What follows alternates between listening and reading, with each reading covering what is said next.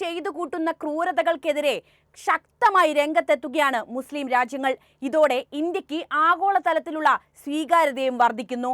പെഹൽഗാമിലെത്തിയ വിനോദസഞ്ചാരികളുടെ മതം നോക്കി കൊലപാതകം നടത്തിയ നരാധമന്മാർ എന്താണ് നേടിയത്? ഇന്ത്യയിലെ പാവപ്പെട്ട നിരായുധരായ മനുഷ്യരെ കൊന്നുതള്ളിയിട്ട് അത് കശ്മീരിലെ മുസ്ലിം ജനതയുടെ തലയിലിടാൻ നിങ്ങൾ നോക്കി. എന്നാൽ ഈ സംഭവത്തോടെ ലോകത്തെ വിവിധ രാജ്യങ്ങൾ, പ്രത്യേകിച്ചും സൗദി അറേബ്യ, തുർക്കി എന്നീ മുസ്ലിം രാഷ്ട്രങ്ങളൊക്കെ തന്നെ ഇന്ത്യക്കൊപ്പം നിന്ന് പാകിസ്ഥാനെ തള്ളിപ്പറയുന്ന കാഴ്ചയാണ് നമ്മൾ കണ്ടത്. ഒരിക്കൽ പാലൂട്ടിയവരൊക്കെ കൈയൊഴിഞ്ഞ് പാകിസ്ഥാൻ ഇപ്പോൾ കൂടുതൽ ഒറ്റപ്പെട്ടുകൊണ്ടേയിരിക്കുന്നു. അതിന് ഒരൊറ്റ കാരണമേ ഉള്ളൂ: നിങ്ങൾ വളർത്തിക്കൊണ്ടിരിക്കുന്ന തീവ്രവാദം. പാകിസ്ഥാൻ പാലൂട്ടി വളർത്തുന്ന തീവ്രവാദത്തെ പിന്തുണയ്ക്കാൻ അവർക്കൊന്നും ഇന്ന് കഴിയുന്നതേയില്ല. മുസ്ലിം രാജ്യങ്ങൾ തന്നെ മറ്റൊരു മുസ്ലിം രാജ്യമായ പാകിസ്ഥാനെ തള്ളി പറഞ്ഞിരിക്കുന്നു. നിങ്ങളോട് ഒരു ചോദ്യം ചോദിക്കട്ടെ: തീവ്രവാദത്തിന് ശരിക്കും മതമുണ്ടെന്ന് നിങ്ങൾ വിശ്വസിക്കുന്നുണ്ടോ? നിങ്ങളുടെ അഭിപ്രായം ഇപ്പോൾ തന്നെ കമന്റായി രേഖപ്പെടുത്തൂ. നമുക്ക് വീഡിയോയിലേക്ക് വരാം. വർഷങ്ങളായി പാകിസ്ഥാനുമായി ചേർന്ന് നിൽക്കുന്ന പല രാജ്യങ്ങളും പാകിസ്ഥാന്റെ പിടിപ്പുകേട് കൊണ്ട് അവരിൽ നിന്നും അകന്നു കഴിഞ്ഞു. മുസ്ലിം രാഷ്ട്രങ്ങൾ തന്നെയാണ് അതിൽ പലതുമെന്നാണ് എടുത്തു പറയേണ്ട ഒരു വസ്തുത. ഒരു കാലത്ത് ഇന്ത്യയിൽ നിന്നും പാകിസ്ഥാനെ രക്ഷിക്കുമെന്ന് പറഞ്ഞ് കച്ചകെട്ടി ഇറങ്ങിയവർ പലരും ഇപ്പോൾ പാകിസ്ഥാനുമായി ബന്ധം പിരിഞ്ഞ മട്ടാണ്. തീവ്രവാദത്തിനെയും ഭീകരവാദത്തിനെയും പിന്തുണയ്ക്കുന്ന പാകിസ്ഥാന്റെ രീതി തന്നെയാണ് ഇവരൊക്കെ ഇന്ത്യയോടടുപ്പിച്ച പ്രധാനപ്പെട്ട കാരണം. പെഹൽഗാമിൽ ഇന്ത്യൻ പൗരന്മാരെ നിർദാക്ഷിണ്യം കൊലപ്പെടുത്തിയ ഭീകരവാദികളെ പിടിച്ച് തക്ക ശിക്ഷ നടപ്പിലാക്കാൻ തന്നെയാണ് ഇന്ത്യയുടെ തീരുമാനം. ആ തീരുമാനത്തിനൊപ്പം നിൽക്കുക എന്നതാണ് ആഗോളതലത്തിൽ പല മുസ്ലിം രാഷ്ട്രങ്ങളും സ്വീകരിച്ച നിലപാടും. അതിന്റെ ഏറ്റവും ഒടുവിലത്തെ ഉദാഹരണമാവുകയാണ് അസർബൈജാൻ. ഇന്ത്യയുമായുള്ള അസർബൈജാൻ ബന്ധത്തിന്റെ സവിശേഷത ശക്തമായ സാമ്പത്തിക സഹകരണം, തന്ത്രപരമായ കണക്ടിവിറ്റി പദ്ധതികൾ, വളരുന്ന സാംസ്കാരിക വിനിമയങ്ങൾ എന്നിവയിലൂടെയാണ്. പാകിസ്ഥാനുമായും തുർക്കിയുമായുമുള്ള സഖ്യങ്ങൾ ഉൾപ്പെടെയുള്ള ഭൗമരാഷ്ട്രീയ സങ്കീർണതകൾക്കിടയിലും അസർബൈജാൻ ഇന്ത്യയുമായുള്ള ബഹുമുഖ പങ്കാളിത്തത്തിന് മുൻഗണന നൽകുന്നതായി അടുത്ത കാലത്തായി വന്ന റിപ്പോർട്ടുകളൊക്കെ ചൂണ്ടിക്കാണിക്കുന്നുണ്ട്. പെഹൽഗാം ആക്രമണത്തിന്റെ പശ്ചാത്തലത്തിൽ പൊതുപ്രസ്താവനകളില്ലെങ്കിൽ പോലും അസർബൈജാന്റെ വിശാലമായ വിദേശ നയം, നയതന്ത്ര സന്തുലിതാവസ്ഥയ്ക്കും ഇന്ത്യക്കായുള്ള ക്രിയാത്മക ഇടപെടൽ തുടരുന്നതിനുമുള്ള മുൻഗണനയാണ് സൂചിപ്പിക്കുന്നത്. പരമ്പരാഗതമായി പാകിസ്ഥാന്റെ ശക്തമായ സഖ്യകക്ഷി തന്നെയാണ് ഈ അസർബൈജാൻ. എന്നാൽ പാകിസ്ഥാന്റെ ആക്രമണത്തിന് മുൻപുള്ള കുറച്ചു നാളുകളിലെ സംഭവ വികാസങ്ങൾ പരിശോധിച്ചാൽ ഇന്ത്യയുമായി അടുത്ത ബന്ധം പുലർത്താൻ രാജ്യം ആഗ്രഹിച്ചിരുന്നതായിട്ടാണ് നമുക്ക് മനസ്സിലാക്കാൻ കഴിയുക. ജൂലൈ മുതൽ അസർബൈജാൻ തലസ്ഥാനമായ ബാക്കുവിൽ നിന്ന് അഹമ്മദാബാദിലേക്ക് നേരിട്ടുള്ള വിമാന സർവീസുകൾ ആരംഭിക്കാൻ തീരുമാനിച്ചിരുന്നു എന്നാണ് ദി എക്കണോമിക് ടൈംസ് റിപ്പോർട്ട് ചെയ്തിരുന്നത്. ഇത് രാജ്യത്തിന്റെ ഇന്ത്യൻ നഗരങ്ങളുമായി ബന്ധപ്പെടാനുള്ള വർദ്ധിച്ചു വരുന്ന താൽപര്യത്തെയാണ് സൂചിപ്പിക്കുന്നത്. ഡൽഹിക്കും മുംബൈക്കും ശേഷം അസർബൈജാൻ എയർലൈൻസിന്റെ ഇന്ത്യയിലെ മൂന്നാമത്തെ ലക്ഷ്യസ്ഥാനമായിരിക്കും ഈ പുതിയ റൂട്ട്. ജൂലൈ 4 മുതൽ ചൊവ്വ, വ്യാഴം, വെള്ളി, ഞായർ ദിവസങ്ങളിൽ വിമാന സർവീസ് ഉണ്ടാകുമെന്ന് എയർലൈൻസ് സ്ഥിരീകരിച്ചതായി റിപ്പോർട്ട് കൂട്ടിച്ചേർത്തു. ജൂൺ 16 മുതൽ മുംബൈക്കും ബാക്കുവിനും ഇടയിലുള്ള വിമാന സർവീസുകൾ പതിവായി മാറും. അതേ ദിവസങ്ങളിൽ സർവീസുകളും ഉണ്ടാകും. ഇത്രയും പറഞ്ഞത് ഇന്ത്യയും അസർബൈജാനും തുടരുന്ന ബന്ധത്തിന്റെ ആഴത്തെക്കുറിച്ചാണ്. മറ്റൊരു കാര്യം കൂടി എനിക്കിവിടെ പറയാനുണ്ട്. ഏപ്രിൽ 22-ന് സംഭവിച്ച പെഹൽഗാം ഭീകരാക്രമണത്തിന് ശേഷം ലോകത്തെ വിവിധ രാജ്യങ്ങൾ ഭീകരവാദത്തെ തുരത്തുന്നതിനുള്ള നടപടികളിൽ ഇന്ത്യക്കൊപ്പം നിൽക്കുമെന്നാണ് അറിയിച്ചത്. അമേരിക്കയും റഷ്യയും അടക്കമുള്ള പ്രമുഖർ ആ കൂട്ടത്തിലുണ്ട്. എന്നാൽ ഒരു കാലത്ത് പാകിസ്ഥാനുമായി മികച്ച ബന്ധം പുലർത്തിയിരുന്ന പല രാജ്യങ്ങളും ഈ വിഷയത്തിൽ പാകിസ്ഥാന്റെ പങ്കിനെ സംശയിക്കുകയും ഇന്ത്യക്കിവിടെ പൂർണ്ണ പിന്തുണ പ്രഖ്യാപിക്കുകയും ചെയ്തു. അവർ ഏതൊക്കെയാണെന്നാണ് ഇനി പറയുന്നത്.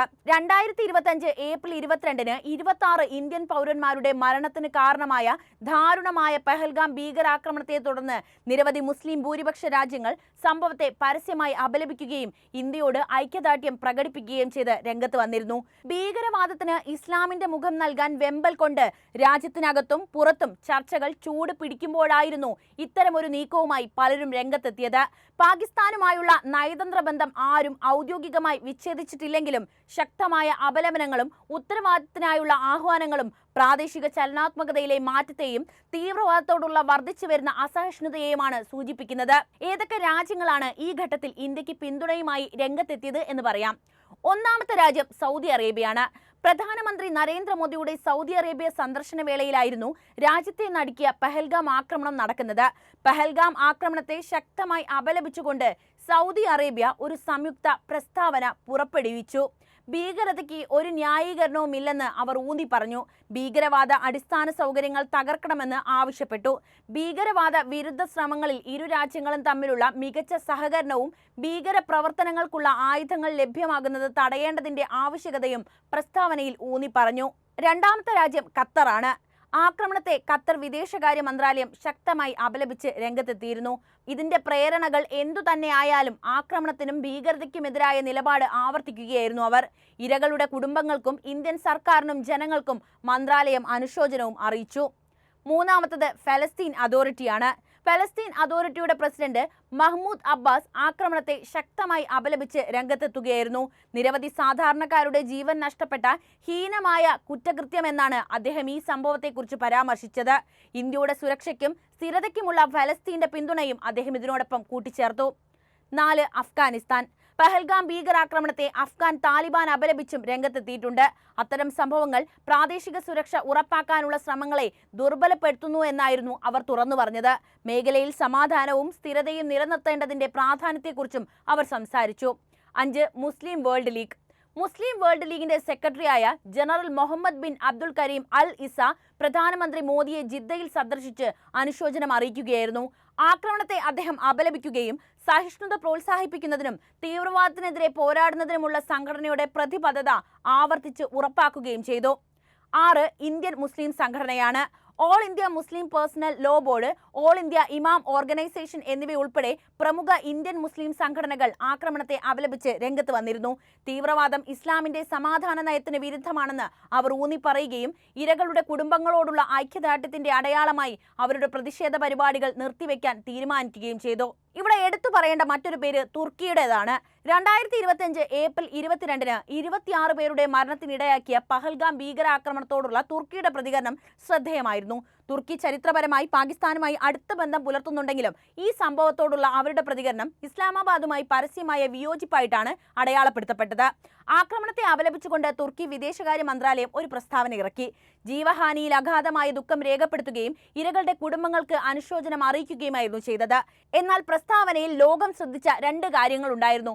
ഒന്ന്, സംഭവത്തെ ഭീകരാക്രമണം എന്ന് പരാമർശിക്കുകയും ജമ്മു കാശ്മീരിനെ തർക്കപ്രദേശമെന്ന് പരാമർശിക്കാതിരിക്കുകയും ചെയ്തു. അതായത് തുർക്കി ഉപയോഗിച്ച പദങ്ങളുടെ മാറ്റം കശ്മീരിനെ കുറിച്ചുള്ള തുർക്കിയുടെ നയതന്ത്ര ഭാഷയിലെ സൂക്ഷ്മമായ മാറ്റത്തെ തന്നെയാണ് സൂചിപ്പിക്കുന്നത്. കൂടാതെ ഏപ്രിൽ 28-ന് ഇന്ത്യയും പാകിസ്ഥാനും തമ്മിലുള്ള സംഘർഷം കുറയ്ക്കണമെന്ന് പ്രസിഡന്റ് റജബ് തൊയ്ബ് എർദോഗൻ ആഹ്വാനം ചെയ്ത് രംഗത്ത് വരികയും ചെയ്തിരുന്നു. മേഖലയിൽ സമാധാനത്തിന്റെയും സ്ഥിരതയുടെയും ആവശ്യകതയെക്കുറിച്ചാണ് അദ്ദേഹം സംസാരിച്ചത്.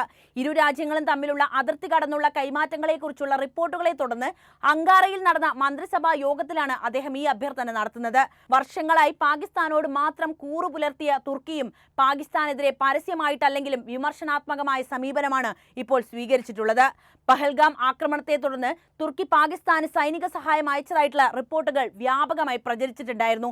ഇതിനു പിന്നാലെ തുർക്കി സർക്കാരിന്റെ കമ്മ്യൂണിക്കേഷൻ ഡയറക്ടർ ഈ അവകാശവാദങ്ങൾ പൂർണ്ണമായും നിഷേധിച്ച് രംഗത്തെത്തി. മേൽപ്പറഞ്ഞ വിമാനം പാകിസ്ഥാനിൽ ഇന്ധനം നിറയ്ക്കുക മാത്രമായിരുന്നുവെന്നും ആയുധങ്ങളോ സൈനിക സാമഗ്രികളോ കൊണ്ടുപോകുന്നില്ലെന്നും അവർ വ്യക്തമാക്കി.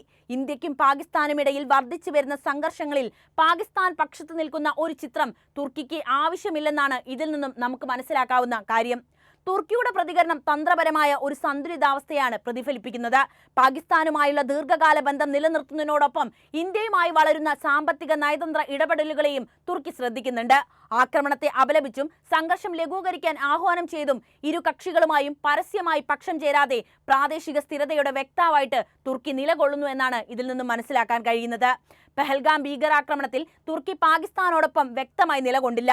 പകരം ആക്രമണത്തെ അപലപിക്കുകയും 2 ദക്ഷിണേഷ്യൻ അയൽക്കാർക്കിടയിൽ സമാധാനത്തിനായി വാദിക്കുകയും ചെയ്തുകൊണ്ട് അവർ നിഷ്പക്ഷ നിലപാട് തന്നെ സ്വീകരിച്ചു. ഇന്ത്യയുമായും പാകിസ്ഥാനുമായും തന്ത്രപരമായ ബന്ധം നിലനിർത്തിക്കൊണ്ട് പ്രാദേശിക സ്ഥിരത വളർത്തിയെടുക്കുക എന്ന തുർക്കിയുടെ വിശാലമായ വിദേശ നയ ലക്ഷ്യങ്ങളുമായി ഈ സമീപനം യോജിച്ചാണ് പ്രവർത്തിക്കുന്നത്. അപ്പോൾ നിങ്ങൾ തന്നെ പറയൂ, തീവ്രവാദത്തിന് മതമുണ്ടോ? തീവ്രവാദത്തിന് മതമുണ്ടായിരുന്നുവെങ്കിൽ മതരാഷ്ട്രങ്ങളായ തുർക്കിയും സൗദി അറേബ്യയും അസർബൈജാനും ഒക്കെ ഇന്ത്യയോട് എന്തിന് ബന്ധം സ്ഥാപിക്കണം? അപ്പോൾ ഈ വിഷയത്തിലെ നിങ്ങളുടെ അഭിപ്രായം എന്തുതന്നെയായാലും കമന്റ് ചെയ്യുക. ഒപ്പം ഈ അറിവുകൾ എല്ലാവരിലേക്കും എത്താൻ വീഡിയോ ഒന്ന് ലൈക്ക് ചെയ്യാനും ഷെയർ ചെയ്യാനും പ്രത്യേകം ശ്രദ്ധിക്കുമല്ലോ.